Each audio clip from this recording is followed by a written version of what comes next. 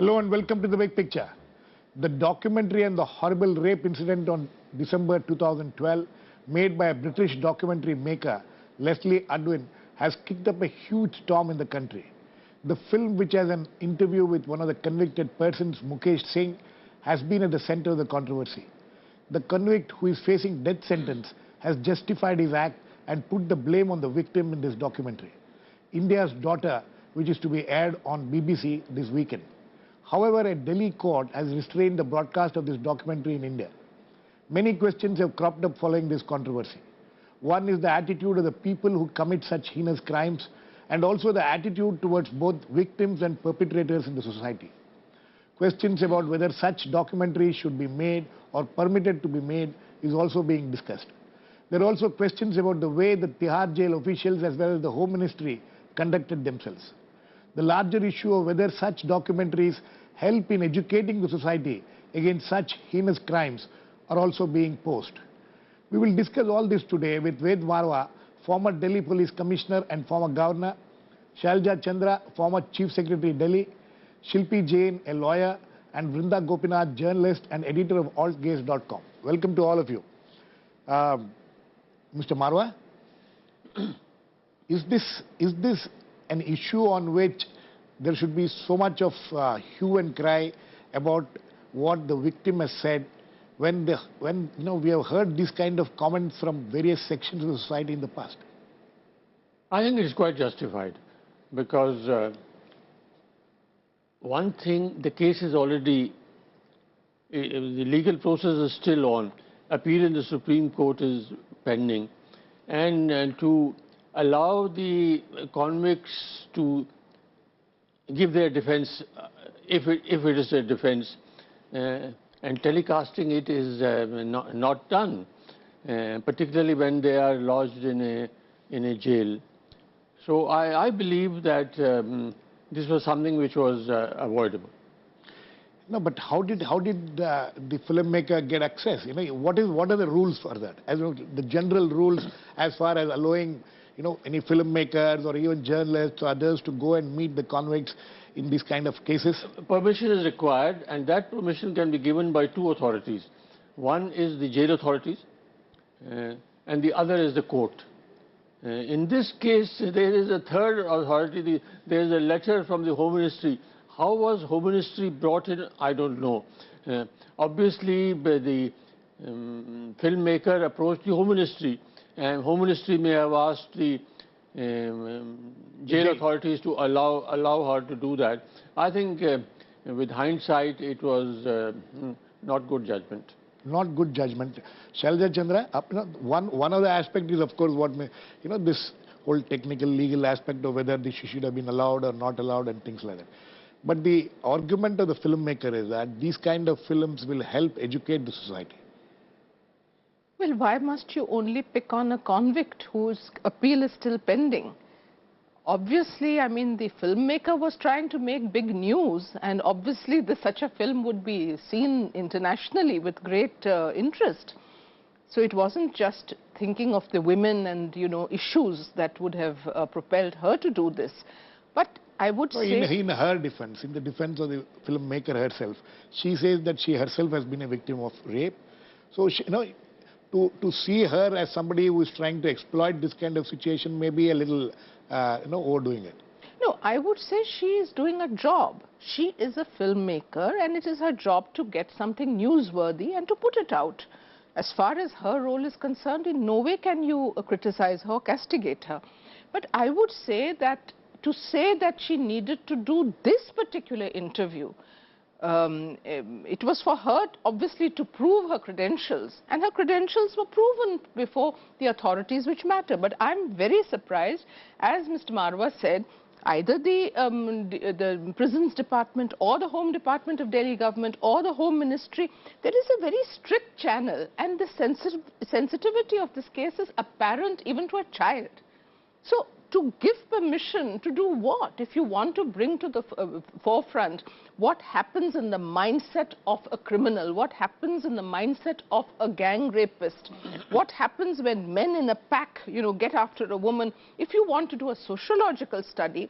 Or a psychological study. Or a psychological study, I mean, to pick up a case when a man is on death row and is also, I mean, his appeal is pending before the apex court, I think it showed a lot of gumption that she actually made such a request and foolhardiness in allowing this request. Shilpi, the question is, of course, about the granting of the interview and things like that. But, looking at it from the victim, from the perpetrator's point of view, the convict's point of view, does he have a right to make this kind of, give this kind of interviews? There's no legal bar, but I don't understand the justification of making this film. They are giving a platform to the accused to give their side of the story, whereby they are justifying the heinous act they have done. There can be no justification for a crime like rape. It's not allowed by the courts. It's not allowed under the law. Even his confession is not admissible. And as far as justification is concerned, they are trying to show that, the rapists in India are particularly pervert. I think world over, rapists are desperados.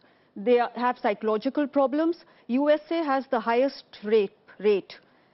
France, Germany, Sweden, they are amongst the top 10 countries in the world where the rape rate is the highest. What is their justification? They will hide under the, defense of alcohol, drugs, whatever be the justification. It's not as if only in India a rapist will make such a statement. Wherever there is an offense of rape, those guys are desperados. They have an abnormal mind, and to give them an audience is making them into heroes. The school children, the college children, they are of impressionable age. They may see another perspective to this entire act. They may identify themselves with, the defense this guy is making. It will only encourage depraved feelings and further degenerate the society. Okay. Vrinda, is that the way you look at it? There's another very interesting angle to it. As journalists, this is also a journalistic work, if you look at it that way. So the question of freedom of expression, that also is being touted now, that whether whether films like this help in educating society. So how can it be barred from being viewed? Precisely, because I don't think, since being from the media, we've always been against any kind of ban. We've always been, for things to be out there in the open.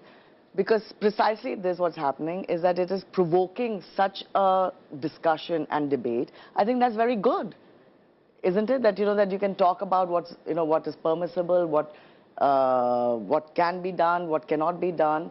And let's face it, if this guy, there's no justification. I mean, the act has no justification. No. Right. And what he's saying, if he's saying that, this is when everybody's not talking about a mindset. But I'd really like to go back as a journalist to what politicians are saying, especially in Parliament today, where they all went on, there was this huge uproar that it should be banned, which is not correct. And number two is that, they're talking about what will it do for the image of this country.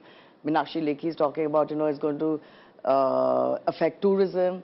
But I think they should also look at the kind of debates that have been going on in this country for the last 8-9 months about love jihad, about, ghar wapsis, about violence, about, I mean, shouldn't they be looking at that rather than just the film? What is causing this kind of, outrage and, arguments and viciousness? It's really kind of making society so, violent. Mr. Marwa? Or no, I would like Shailja Chandra to respond to this. I'm a hard-boiled administrator, or was, and I look on everything. I'm sure some of it you continue to carry in your mind. It is in my mindset, yes. Now, much as I believe in openness and transparency, which is also part of working in a civilized society, I do feel that if the police have managed to get a restraint order from the court, it is on the plea that 4 sections of law have been invoked by this film. And showing this film will invoke 4 sections of law. Ordinarily, I would have said rubbish. What is this film going to do? Is going to outrage the modesty of a woman? Is my modesty going to be outraged? No, certainly not. But see it in another context.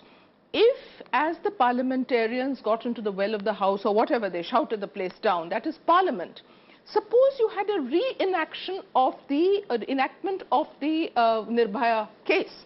Suppose you had young people coming on the streets against whatever this man has said, because it is highly provocative. It will be But a law. he is not the first man to have said this. No, but he is going to get the limelight. Hundreds of people have said it. They say it all the time. All the They say time it they on do. The national- RSS talks about, the behavior of Hindu women, what they should be doing. I agree that bringing it to the forefront that this is how people talk and get society to consider that how Khap panchayats, for instance, have I issued agree, this kind of... but when you have to for a minute divest that episode from this particular individual. This individual is held in the greatest hatred and contempt by society. When he makes the statement, it is more than possible that people will take to the streets. You will have another public order problem, because people, when they are incensed, don't look at the right and the wrong, the transparency, the accountability, the responsiveness. All these are great words. But when you see a man who has done this along with 4 of his colleagues and trying to justify what he has done, people will, because they can't go and lynch him. So the only way to show their anger would be to come on the streets. So the fact that the court has given a restraint order shows that it's not banning the film, it's restraining the film from It's being restraining the film as of now, Mr. Marwah. It's restraining the film, and obviously the jurisdiction of this court will not extend beyond India. What if this film is being shown, is going to be shown on the BBC in England and across Europe or other parts of the world? I just want to interrupt. I don't think, yes, you can put it on BBC London or New York and it will go viral on the internet. That is also guaranteed. No, many people have already watched it. People are writing about after watching it. My only feeling is that if you take the view that it can be openly shown, now that if 10 people have seen it, let 100,000 see it. I do feel that one would have to say that there is a rule of law in this country, and if there is some sort of a embargo placed, it will be difficult for BBC to just cock a snook at that. Mr. Marwah? For one thing, the court has passed only in temporary order. Yes. It is still further order. The court still has to hear the whole thing. Now, I think for clarity, there are 3 separate issues, and we should discuss them separately. Number 1 is rape. Now, to say that, and the second is the people's attitude to women in general, the status of women in India. And third is India's image abroad, which is also being talked about. I think we shouldn't mix up these issues. As far as rape is concerned, merely because status of women is not very high in this country doesn't mean that people can commit rape and get away with it. No, certainly not. And as the statistics given, the rape cases, the percentage is much higher in some of these advanced countries than in our country. So there should be absolutely no justification for this terrible act. And the convicts, the accused, under no circumstances should be given any quarter for justifying what they have done, because this sends a very wrong message to our youth or to even others with a peculiar bent of mind. It's not a problem confined to youth, actually. They can do these things and get away with it. As it is, our legal criminal justice system is not very strong. And first, the women don't complain. If they complain, the case doesn't get investigated or registered. If it is investigated, the courts charge sheet courts take years and years, and even after they take years and years, most of them don't end in conviction.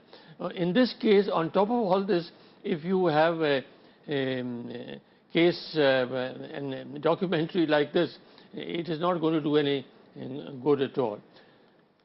But as far as the general attitude is concerned, of course, we should take up this issue. That is exactly the point. The point made by Vrinda, Shilpi, the point made by Vrinda. This documentary was made.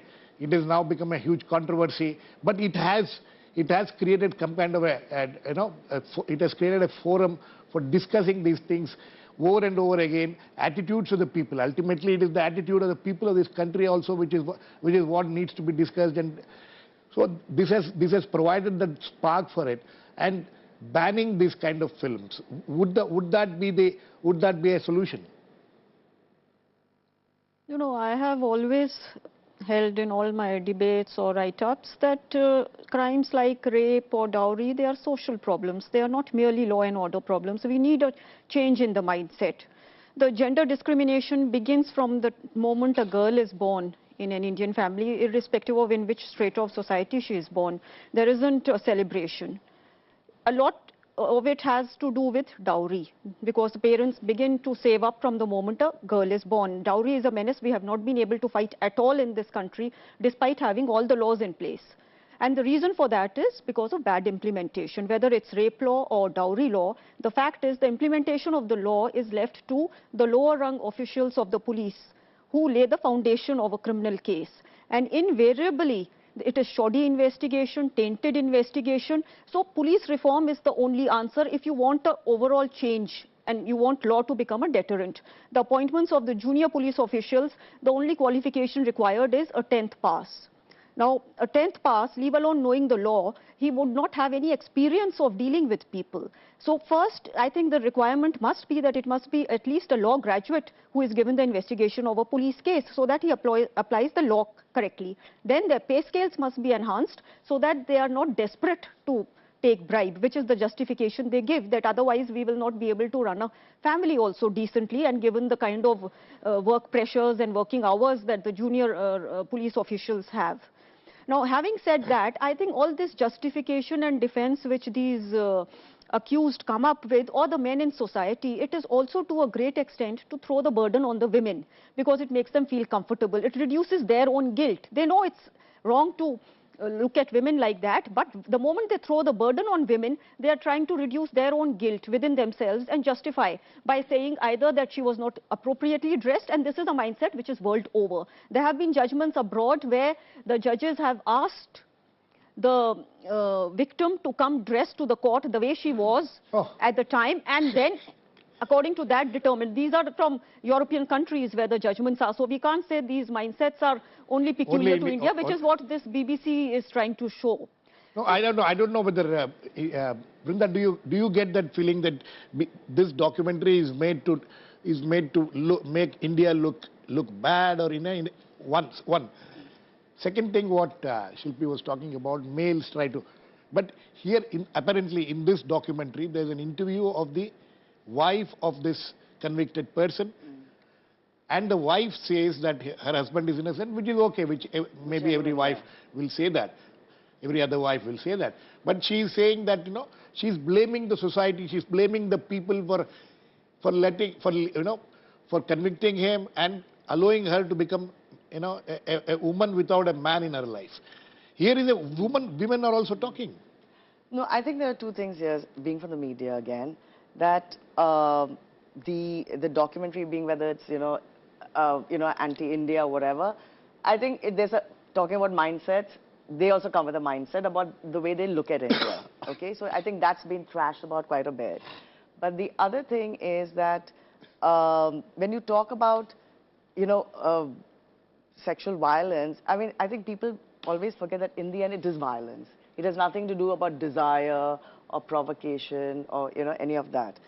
The other thing is that look at the way he was, one thing that came up is that look at the way he was talking after 3 years or 4 years. No remorse. No, it's not the question of remorse. It's because the judicial system has allowed him to continue as if nothing has happened.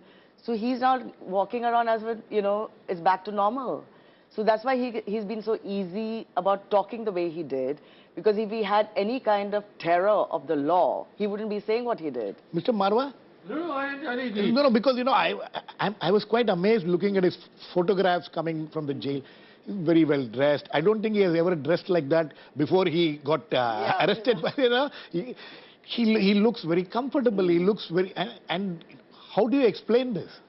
Well, our legal system, our whole criminal justice system, has been pointed out, needs basic reforms. It is heavily weighed in favor of an accused. I'm not saying that the accused shouldn't have any rights, but here they are convict, even they can have rights. Sir, suddenly one thing is crossing my mind. When we are saying that, whether they should have rights or no rights and things like that. Now, this was one of the most heinous cases which we have heard of. So, there is a lot of outrage about a man like that being allowed to get a platform to express his opinion. But we have seen in the past people getting, for instance, Charles Shobraj, when he was inside the jail, there were a lot of interviews done with him, books were written about it and things like that. So how do we differentiate between one convict and the other convict, whether they should be allowed, this kind of interview should be allowed with them? No, they should use their discretion because as permission is necessary, they should not have allowed him because as I said, the judicial... No, but Shilpi also was saying that there is no law about this. Is there any rules? At least there are rules. Jail manual should have some rules about, who should be allowed to interview whom and things like that? No, but these senior people are expected to exercise their discretion in the right manner, otherwise they don't deserve to be where they are. Yeah. And in this particular case, they should have known what will be the consequences. Apparently, the filmmaker says that she has followed all the procedures which was there. 16 hours of raw footage was there. She handed it over to the Tihar jail officials. They said that it's too long, we can't see, please give us an edited version. She gave an edited version and they saw it and they cleared it. This is her version. We don't know whether she gave the 16 hours raw tape to them or not. We have to find that out. So far we haven't heard any comment on that. This attitude of the West, particularly BBC and also in the US, where they think this white man's burden is still there. They are superior to us. Whether they are human rights questions, look at the way human rights are violated in the US itself. They have done all sorts of things. In the Western, many other countries, in these days, anti-Islamic things which is happening. No, they are all justified. Anything happens here, this sort of documentary will be played abroad in a big way. And to make the point that the so-called third world countries, developing countries, they are substandard. And we need to do something. We need to educate them. Educate them. Shailaja, my question is this. Let us assume for a minute that this documentary was not made by an English woman or a foreigner, but it was made by an Indian. Would it have been more acceptable? Perhaps it wouldn't have got this kind of notoriety, because it is made by a foreigner. I do feel that there is exactly what Mr. Marwa was saying, what Brinda was saying. These elements are there. We do feel upset that we are always targeted as the rape capital, the rape country. Frankly, which other country in the world has achieved what happened after Nirbhaya? I mean, those petitions which went to Justice Verma, the fact that he produced that report, the fact that the law was amended, I think these are milestones which countries would have taken years to get through. So to one extent, I would say whatever has happened is definitely put India many notches ahead in terms of its legal framework. And the fact that you have these notorious, absolutely, you might say, high-profile cases, which are now coming up before the courts, people in very high positions, including judges, have had to step down. People from the world of media who were completely, I mean, I would say, holy cows, and the world of environment and all, they've had to step down. Now, that is because the perception has grown, and I would say the fact that this is now becoming a hot potato, it never was, so you can't get away. Absolutely, the number of complaints has gone up. Has gone up, but it's a good sign. It's a good sign, absolutely. To only make one point over here. Nirbhaya, or whatever her name was, she represented a kind of a professional girl who was out with her boyfriend, and she was easy target. This guy says it also in his interview. She was target because she looked like the emancipated woman. She was not the stay-at-home type. So something inside made those people feel that, look, she has to be taught a lesson, and had she just... I mean, I don't know, I mean, this whole emancipated woman thing, because, very ordinary women also keep getting raped, they are not emancipated women. I agree, but in all kind of villages and in slums. Families, it's always like the perpetrators are not most like that is a completely another issue. But, Brinda, my question to you again, what I asked them. If this film was made by an Indian, would it have, had the same kind of play and same kind of outrage? Well, I think first, I don't think any Indian would have got this kind of permission to go to Tihar jail and spend hours and days and talking to people. Number two, 3 days. She spent 3 days. And the other thing being that I think it's always important when, when movies like this come out, irrespective of who makes it, who doesn't make it. I think it's important for the world to know what's going on, and that's always a good sign, irrespective of, Shilpi, I mean, do you agree with Vrinda that if it may not have been made by an Indian, they may not have got permissions at all to be made by an Indian. One second thing is the debate which this has sparked off is something which should be welcomed, right? I agree with Vrinda that yes, if it wasn't for BBC, then there would have been many hurdles, and also the kind of reaction we are getting to the film and how it's sensationalized all over the country is because the documentary is made by somebody like BBC. As far as the debate is concerned, she has sold it to the BBC. BBC did not make it. Actually, so the fact that BBC will be airing it, that itself has made it so sensational and controversial. As far as the debate is concerned, now freedom of speech, we are, India says that our laws are very liberal as far as freedom of speech is concerned. And even in cases of obscenity, some photographs in debonair also, the courts have held that yes, freedom of expression is the strongest pillar of democracy. So it's not that we have narrow views on freedom of speech. We are one of the most liberal countries as far as freedom of speech is concerned all over the world. But it is subject to reasonable restrictions, and I think in this case the considerations would be which are stipulated within the Article 19 itself, the freedom of speech. It is subject to restrictions like moral grounds, restrictions like interest of the country, sovereignty of the country. So all these have to be taken in view. There's no clear hard and fast rule with regard to this. There are grey areas, but there is a law which deals with freedom of speech and reasonable restrictions. I think this was a case which clearly comes within the reasonable restrictions, that there is a need to ban it, at least, not sensationalize it the way it has become for the reasons which we have already discussed. So it's a very appropriate move. Okay. Very quick last, yes. Is that, I think when you'd ask what could be objectionable about this documentaries, perhaps, like the title, a lot of people have been saying that, they should India's daughter. This daughter, wife, sister, why can't it be India's, why can't we use words like somebody's girlfriend, somebody's wife, or somebody's partner, whatever. So that's one thing, and the other thing being that, this freedom of speech thing, there's never it's an endless debate. It's actually an endless debate because, I think it's because one of the concerns let's be offensive. If you have to be offensive, be offensive. Sir, well, very quickly, both of you, one of the concerns expressed is that, okay, this film, the platform being given to a convict and somebody who has, been perpetrated such heinous crime. But what happens when this kind of, thing is carried on, this kind of an example is given to when other films, because we have seen a lot of good documentary which has come out in India which has created problems in this country and they have been banned. I think this freedom of speech is a bit of a red herring because freedom of speech has obvious legal constraints, and eminent lawyers have said that this particular documentary attracts criminal law, yes, and they should be prosecuted. And eminent lawyers. It is not that the police officers are only. Police has filed a case in the court and registered an FIR. I think the freedom of press, of course, we are it's something which should be observed and encouraged everywhere. But that is not the case. That is not the point here. Here, whether any criminal act has been done, then criminal action should be very taken. quick last words. I don't think that they would be able to really be able to take this criminalization too far. The sections have been put, the restraint order has come. When you really do hair splitting, it will be probably difficult to sustain it on a long-term basis. On the width of the cases, not just this case. On this case, it may pass.